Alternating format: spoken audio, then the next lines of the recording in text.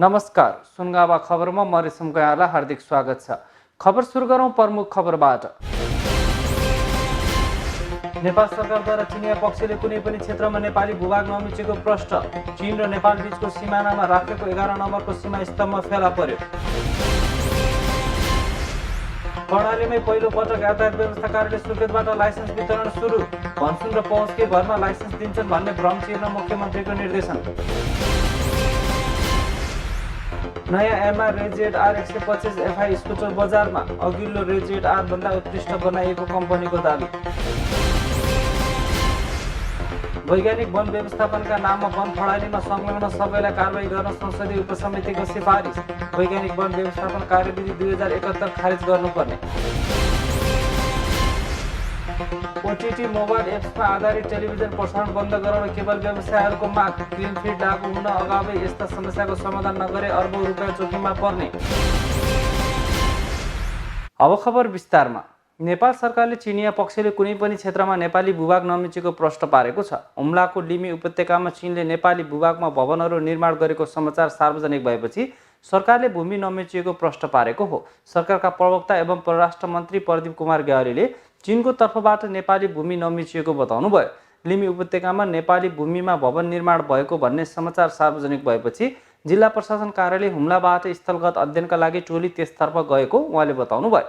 अहिलेसम्म चीनसँग कुनै पनि क्षेत्रमा सीमा समस्या नभएको उल्लेख गर्दै उहाँले स्थलगत अध्ययनका लागि गएको टोलीले थप तथ्यहरू ल्याउने बताउनुभयो। नेपालको हुम्ला जिल्लाको लिमी उपत्यकामा चीनले नेपालको भूभाग भित्र आएर घरहरू बनायो भनेर विभिन्न खालका समाचारहरू सम्प्रेषण भएका छन्। त्यस सम्बन्धमा मन्त्रालयको सरकारको गम्भीर ध्यानाकर्षण भएको छ। जिल्ला प्रशासन कार्यालय हुम्लाबाट त्यो ठाउँको स्थलगत अध्ययनको निम्ति टोली गएको छ। त्यसले थप तथ्यहरू ल्याउने नै छ। तर त्योभन्दा अगाडि म यहाँहरूलाई निवेदन गर्न चाहन्छु, यस्तै खालको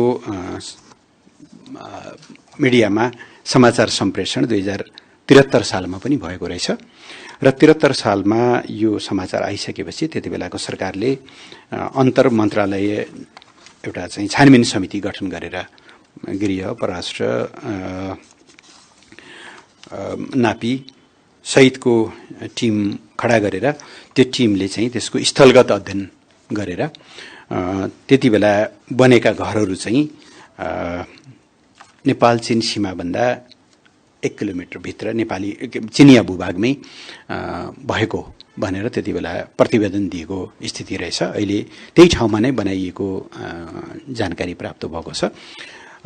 नेपाल चीन बीचमा सीमा समस्याहरू छैनन्। कहीँ कतै त्यस्ता देखा पर्यो भने पनि बसेर छलफल गर्ने एउटा सौहार्द सम्बन्ध हाम्रो छँदैछ। त्यसैले यस्ता विषयहरूमा कुनै पनि रिपोर्टिङ गर्नु पूर्व सम्बन्धित मन्त्रालयको सम्बन्धित विभागको आधिकारिक धारणा बुझेर सम्प्रेषण गर्नु राम्रो हुन्छ। संवेदनशील विषय हो, दुई देशको सीमाको विषय र आधिकारिक ढङ्गले नै समाचारहरू सम्प्रेषण गरिनुपर्छ। यसैबीच उत्तरी छिमेकी मुलुक चीन र नेपाल बीचको सीमानामा राखेको 11 नम्बरको सीमा स्तम्भ फेला परेको छ। हुम्लाका प्रमुख जिल्ला अधिकारी चिरञ्जीवी गिरी नेतृत्वको टोलीले बुधबार उक्त सीमा स्तम्भ फेला पारेको बताएको हो। सीमा स्तम्भ नाम्खा गाउँपालिका 6 टाकुलेमा भेटिएको जिल्लाका सुरक्षा अधिकारीहरूलाई उद्धृत गर्दै नाम्खा गाउँपालिकाका अध्यक्ष विष्णु बहादुर तामाङले जानकारी दिनुभयो। उहाँका अनुसार 11 नम्बर सीमा स्तम्भ सीमा प्रहरी चौकी हिल्साभन्दा माथि करिब 5200 मिटर उचाइमा भेटिएको छ। सीमा स्तम्भ भेटिए पनि चीनले बनाएका भवन कसको भूभागमा पर्छ भन्ने अझै यकिन हुन नसकेको नाम्खा गाउँपालिकाका अध्यक्ष तामाङको भनाइ छ। कर्णाली प्रदेशमै पहिलो पटक यातायात व्यवस्था कार्यालय सुर्खेतबाट सवारी चालक अनुमति पत्र लाइसेन्स वितरण सुरु भएको छ। मुख्यमन्त्री महेन्द्र बहादुर शाहले बिहिबार उक्त सेवाको उद्घाटन गर्नुभएको हो। गत माघमा यातायात कार्यालयले लाइसेन्सका लागि अनलाइन फारम खोली प्रक्रिया सुरु गरेको थियो। सम्पूर्ण चरण पार गरेका सवारी चालकहरूलाई बिहिबारदेखि लाइसेन्स दिन थालिएको कार्यालय निमित्त प्रमुख आनन्द चपाईले जानकारी दिनुभयो। लाइसेन्स 2076 साल माघ 10 गतेदेखि हामीले चाहिँ विधिवत रूपमा लाइसेन्सको प्रक्रिया सुरु भएको थियो। सुर्खेतबाट लाइसेन्स प्राप्त गर्ने गरी अनलाइन सेवाबाट निवेदनहरू सङ्कलन गर्ने र अनि उनीहरूलाई विभिन्न परीक्षाहरूमा लिखित परीक्षा पास गरेका सफल उम्मेदवारहरूलाई यो परिवारत्मक परीक्षा अथवा ट्रायलको लागि हामीले ट्रायलमा लगेर उनीहरूलाई ट्रायल परीक्षा पास गरिसकेका जुन सवारी चालकहरू हुन्छन् तिनीहरूलाई लाइसेन्स वितरण गरिन्छ र यो सुर्खेतबाट अहिलेसम्म ABCDE र K क्याटेगोरीका लाइसेन्सहरू हामीले यहाँबाट सेवा दिन सकेका छौँ। सुर्खेतबाट अहिलेसम्म सहभागी लिखित परीक्षा ट्रायल सेन्टरबाट पास भएका 659 जना सवारी चालकहरूलाई सुर्खेतबाट लाइसेन्स प्रदान गरिएको छ र त्यो लाइसेन्स उनीहरूले प्राप्त गरिसकेका लाइसेन्सहरू हाम्रो चाहिँ लाइसेन्सको त्यो स्मार्ट कार्ड छाप्ने व्यवस्था केन्द्रीय विभागमा मात्रै यातायात व्यवस्था विभाग मिन भवन काठमाडौँमा मात्रै त्यसको व्यवस्था छ। त्यही भएर हामीले चाहिँ यहाँबाट छापेर दिन सक्दैनौँ। यातायात सेवा कार्यालयले यसअघि रुट जारी तथा नवीकरण जाँच पास सवारी नामसारी र दर्ता गर्ने काम गर्दै आएको थियो। गत माघबाटै सेवा सुरु गरिए पनि छपाई गर्न काठमाडौँ पठाउनु पर्ने र कोरोनाका कारण पनि वितरण प्रक्रिया ढिला भएको निमित्त प्रमुख छपाईको भनाइ छ। कार्यालयसँग आफ्नै ट्रायल सेन्टर नहुँदा भाडाको ट्रायल सेन्टर प्रयोग गर्दै आएको छपाईले बताउनु भयो। चैत्रको 11 गतेदेखि लकडाउनै भयो। हामीले खासै 2 महिना पनि राम्रोसँग यहाँ लाइसेन्स सम्बन्धी कामहरू गर्न सकेनौँ। त्यसपछि 12 गते चैत्रको 11 पछि लकडाउनको कारणले अहिलेसम्म पनि लाइसेन्स सम्बन्धी समग्र प्रक्रियाहरू परीक्षाका सबै व्यवस्थाहरू अहिले स्थगित गरिएको छ।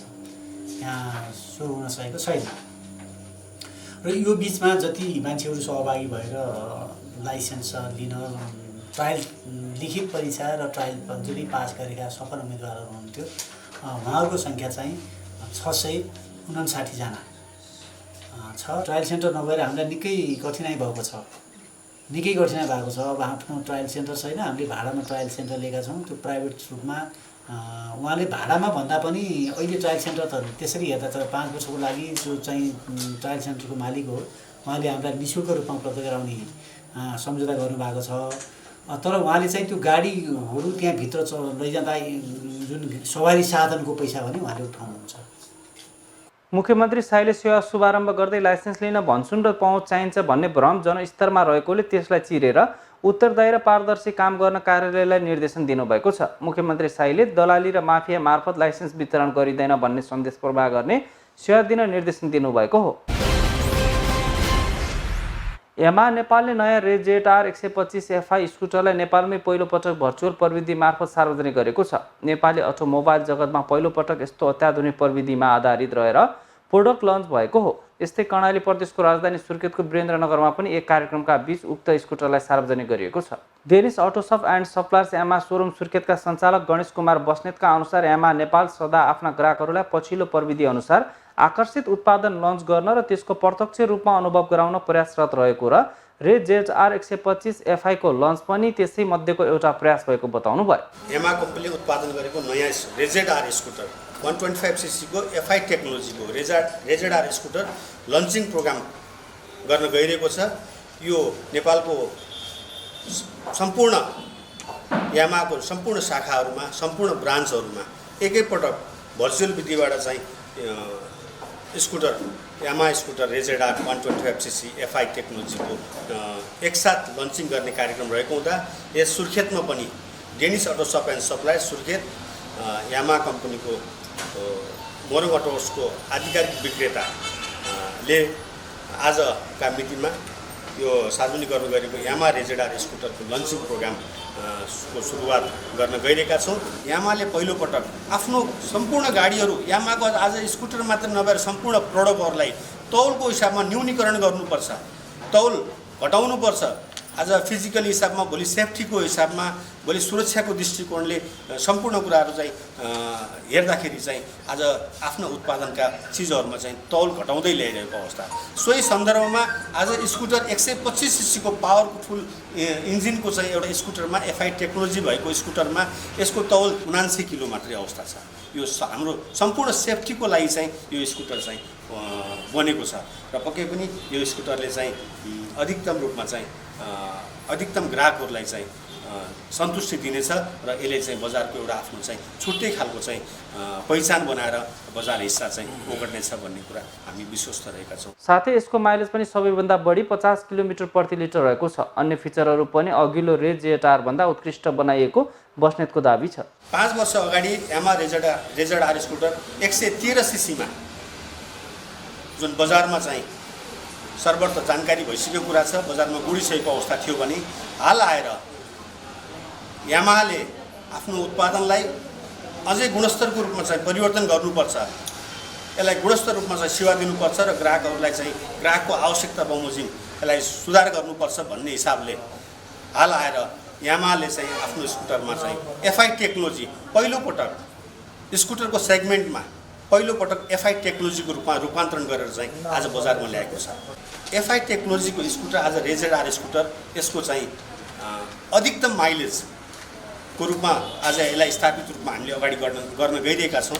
यसको प्रति लिटर 1 लिटर फ्युलले 50 किलोमिटरको रेन्जमा यसले चाहिँ क्षमता दिने, यसले चाहिँ फ्युल बचत गर्ने खालको चाहिँ स्कुटरको रूपमा चाहिँ हामीले यसलाई पूर्ण रूपमा प्रयोग गरेर यो ग्राहकहरूलाई चाहिँ विश्वस्त गर्नका निम्ति यो जानकारी गराउन चाहन्छु। र हिजोको दिनमा हामीले चाहिँ बजारमा गुडिरहेको यामाहाकै प्रोडक्ट मात्रै नभएर अरू कम्पिटिटरका अरू प्रतिस्पर्धी साथीहरूको पनि चाहिँ उत्पादनहरू पनि स्कुटर बजारमा गुडिरहेको अवस्था थियो र ती स्कुटरको अवस्थामा माइलेजको अवस्थामा कुरा गर्दाखेरि प्रति लिटर 25 देखि 30 को एभरेजमा जुन पाइरहेको हामी सबैले जानकारी छ र अहिले स्कुटरले पनि 50 को माइलेज दिन्छ कि भन्ने खालको यसलाई नपत्याउने खालको चाहिँ एउटा माइलेज छ। यो पक्कै पनि यो स्कुटरले चाहिँ यहाँहरूको जिज्ञासालाई चाहिँ बजारमा गुडिसकेको अवस्थामा चाहिँ पछि यसले विश्वास दिलाउनेछ भन्ने हामीले आशा राखेका छौँ। त्यस्तै कार्यक्रममा सुर्खेत उद्योग वाणिज्य सङ्घका अध्यक्ष धनबहादुर राउतले पछिल्लो पुस्ताहरूका लागि निकै उत्कृष्ट र आकर्षक स्कुटर यामाहा कम्पनीले बजारमा ल्याएको बताउनुभयो।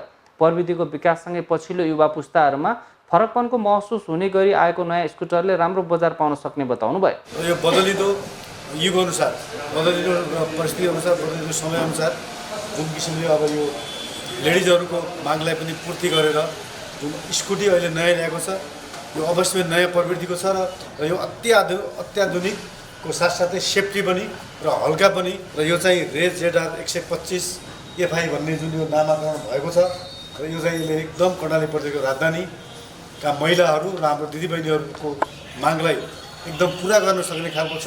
यो स्कुटी एउटा नयाँ प्रवृत्तिको एउटा ल्याउन सफल भयो। यसको लागि म हाम्रो स्वयं यामाहा मोटरसाइकल सोरुमका म्यानेजिङ डाइरेक्टरलाई हार्दिक धन्यवाद दिन चाहन्छु र यहाँले यो विभिन्न किसिमका नयाँ नयाँ आधुनिक खालका मोटरसाइकल त परिपूर्ति गर्नुभएको छ, त्यसको साथसाथै पार्ट्सहरू र सेवा सुविधाहरू सर्भिसहरू पनि यहाँले दिनुहुनेछ र यहाँको जुन जनमानस छ, जुन यो स्कुटी र मोटरसाइकलको डिमान्ड छ र त्यसको साथसाथै जुन अटो र सेल्स मात्रै नभएर अटो र पार्ट्सहरूमा पनि यहाँले ध्यान दिएर यसलाई चाहिँ सहज तरिकाले यहाँ चाहिँ सर्भिसिङ दिनुहुनेछ भन्ने कुरा पनि यहाँको सम्पूर्ण जनमानसहरूले विश्वास लिएको छ। यामाहा नेपालले नयाँ रेज जेडआर 125 एफआई स्कुटरलाई नेपालमै पहिलोपटक भर्चुअल प्रविधि मार्फत सार्वजनिक गरेको हो। प्रतिनिधि सभाको सार्वजनिक लेखा समितिको वैज्ञानिक वन व्यवस्थापन सम्बन्धमा अध्ययन गर्न गठित उपसमितिले वैज्ञानिक वन व्यवस्थापन कार्यविधि 2071 खारेज गरी वन फडानीमा संलग्न सबैलाई कारबाही गर्न सिफारिस गरेको छ। समितिको बिहिबार सिंहदरबारमा बसेको बैठकमा उपसमितिका संयोजक प्रदीप यादवले अध्ययन प्रतिवेदन बुझाउँदै वैज्ञानिक वन व्यवस्थापन कार्यविधि 2071 खारेज गरी वैज्ञानिक वन व्यवस्थापनको नाममा वन विनाश गर्ने सबैलाई कारबाही गर्न निर्देशन दिनुपर्ने बताउनु भएको हो। तत्कालीन वन तथा भू संरक्षण मन्त्रालयबाट कानुन विपरीत मिति 2071 कार्तिक 27 गतेको सचिव स्तरीय निर्णयबाट वैज्ञानिक वन व्यवस्थापन कार्यविधि 2071 लागू गरिँदै आएको देखिएकोले उक्त कार्यविधिलाई खारेज गरी राष्ट्रिय वन नीति 2075 र वन ऐन 2076 को उद्देश्य अनुरूप वन क्षेत्रको आर्थिक, सामाजिक र वातावरणीय पक्ष समेत विचार गरी सहभागितामूलक रूपमा दिगो वन व्यवस्थापन गर्न आवश्यक पर्ने सूचक सहितको राष्ट्रिय मापदण्ड तर्जुमा गरी लागू गर्न नेपाल सरकारलाई निर्देशन दिनुपर्ने यादवले बताउनुभयो। नेपाल सरकार कार्यविभाजन नियमावली 2074 को नियम 5 अनुसूची 2 को 1(8) अनुसार संघीय मन्त्रालयहरूले तर्जुमा गर्ने निर्देशिका र कार्यविधिहरू मन्त्री परिषदबाट स्वीकृति गराउनु पर्ने व्यवस्था रहेको र वन ऐन 2076 को दफा 84 का वन ऐन र वन नियमावलीको कार्यान्वयनको लागि आवश्यक पर्ने निर्देशिका र कार्यविधिहरू नेपाल सरकारले पारित गर्नुपर्ने व्यवस्था रहेकोमा तत्कालीन वन तथा भू संरक्षण मन्त्रालयबाट मिति 2071/727 को सचिव स्तरीय निर्णयबाट वैज्ञानिक वन व्यवस्थापन कार्यविधि 2071 लागू गर्दै आएको देखिएको हुँदा वैज्ञानिक वन व्यवस्थापन कार्यविधि 2071 खारेज गरी राष्ट्रिय वन नीति 2075 को र वन ऐन 2076 को उद्देश्य अनुरूप वन क्षेत्र को आर्थिक, सामाजिक र वातावरणीय पक्ष समेत विचार गरी सहभागितामूलक रूपमा दिगो वन व्यवस्थापन गर्न आवश्यक पर्ने सूचकहरू सहितको राष्ट्रिय मापदण्ड तर्जुमा गरी लागू गर्न नेपाल सरकारले निर्देशन दिने। वैज्ञानिक वन व्यवस्थापन गर्ने भनी काठ कटान र संरक्षण गर्ने नाममा भुछे गरे वातावरण संरक्षण ऐन 2076 को दफा 30 र वातावरण संरक्षण नियमावली 2077 को नियम 34 विपरीतको कार्य गरेको देखिन आएकोले यस कार्यमा संलग्न सबै दोषी डिभिजन वन अधिकृत, सामुदायिक वन उपभोक्ता समूहका पदाधिकारीहरू, वैज्ञानिक वन कार्ययोजना बनाउने परामर्शदाता र वन कटानको ठेक्का लिने ठेकेदारहरूको पहिचान गरी वातावरण संरक्षण ऐन 2076 को दफा 35(3) बमोजिम कारबाही गर्न नेपाल सरकारलाई निर्देशन दिन समेत सिफारिस गरेको छ।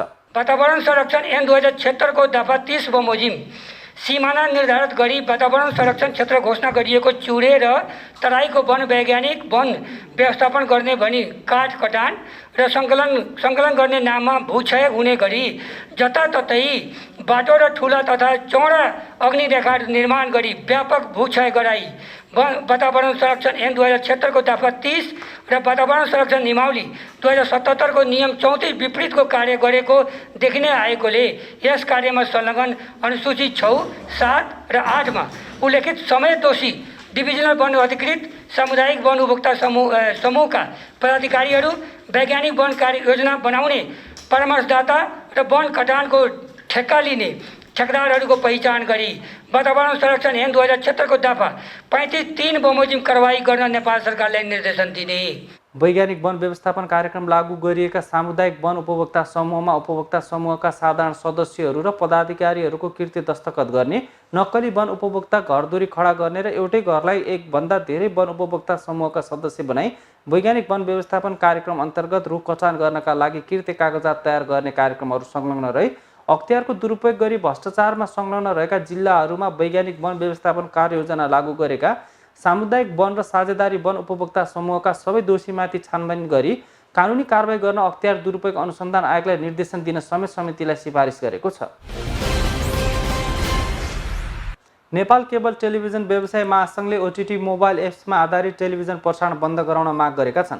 महासङ्घका पदाधिकारीहरूले बिहिबार सूचना तथा सञ्चार मन्त्रालय, सूचना प्रविधि विभाग र संसदको विकास तथा प्रविधि समितिमा ज्ञापन पत्र बुझाउँदै नेपालमा ओटिटी मोबाइल एप्सबाट हुने टेलिभिजन प्रसारण बन्द गराउन माग गरेका हुन्।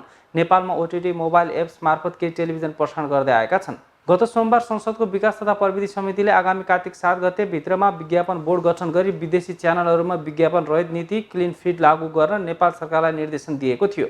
केबल टेलिभिजन व्यवसायहरूले क्लिन फिड लागू हुनु अगाडि सरकारले केही सुविधा दिनुपर्ने र ओटिटी मोबाइल एप्समा आधारित टेलिभिजन प्रसारण सेवा प्रदायकहरूलाई बन्द गराउनुपर्ने माग गरेका हुन्। महासङ्घका अध्यक्ष ध्रुव शर्माले नेपालमा ओटिटी मोबाइल एप्समा आधारित टेलिभिजन प्रसारण कानुन सम्बद्ध लाइसेन्स लिएर सञ्चालनमा नआएको भन्दै हटाउनुपर्ने माग गर्नुभयो। 20 वर्षबाट हामीले जुन केबल टिभी गरिरहेका छौँ त्यसमा चाहिँ अब क्लिन फिड लाग्दैछ भने त्यहाँ सर्टेन चिजहरू तपाईँको गाह्रो अप्ठ्यारा चिजहरूलाई तपाईँले कहाँ सहज गरिदिनुपर्ने हुन्छ र स्पेसली हामीलाई हाम्रो टिभी अहिले सबैभन्दा ठुलो चाहिँ मारमा चाहिँ हामीले चाहिँ जुन अनलाइसेन्स तपाईँको चाहिँ विदेशी ओटिटी एप्स र नेपाली ओटिटी एप्सहरूले चाहिँ जुन तपाईँको चाहिँ अत्याधिक रूपमा चाहिँ हाम्रो टिभीको बिजनेसलाई धराशायी बनाउने स्थिति पुगेको छ त्यो सबै चिजलाई चाहिँ तपाईँ यदि त्यो कानुनमा छ भने तपाईँहरूले कानुनलाई पालन गरेर आऊ भन्नु पर्यो, होइन भने ती कानुनमा छैन भने तत्काल तपाईँले बन्द गर्नु पर्यो।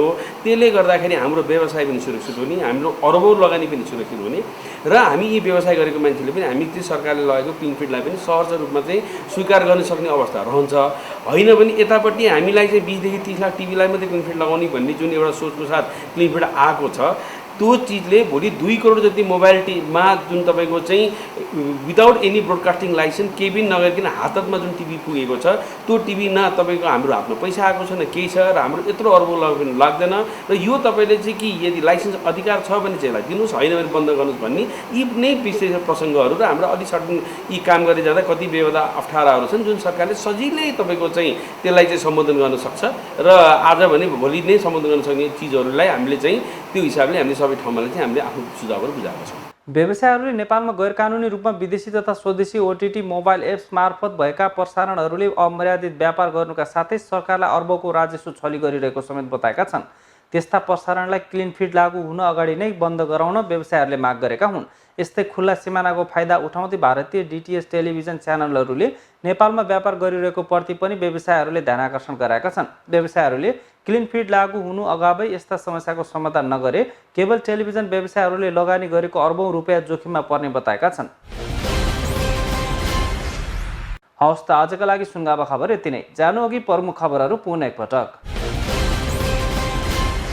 नेपाल सरकारद्वारा चिनिया पक्षले कुनै पनि क्षेत्रमा नेपाली भूभाग नमिचेको प्रश्न।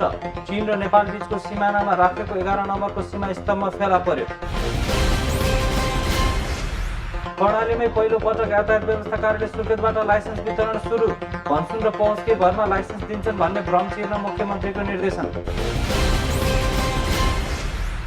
नयाँ MR RayZR 125 FI scooter बजारमा। अघिल्लो रेजेड आर भन्दा उत्कृष्ट बनाइएको कम्पनीको दाबी। वैज्ञानिक वन व्यवस्थापनका नाममा वन प्रणालीमा संलग्न सबैलाई कारबाही गर्न संसदीय उपसमितिको सिफारिस। वैज्ञानिक वन व्यवस्थापन कार्यविधि 2071 खारेज गर्नुपर्ने।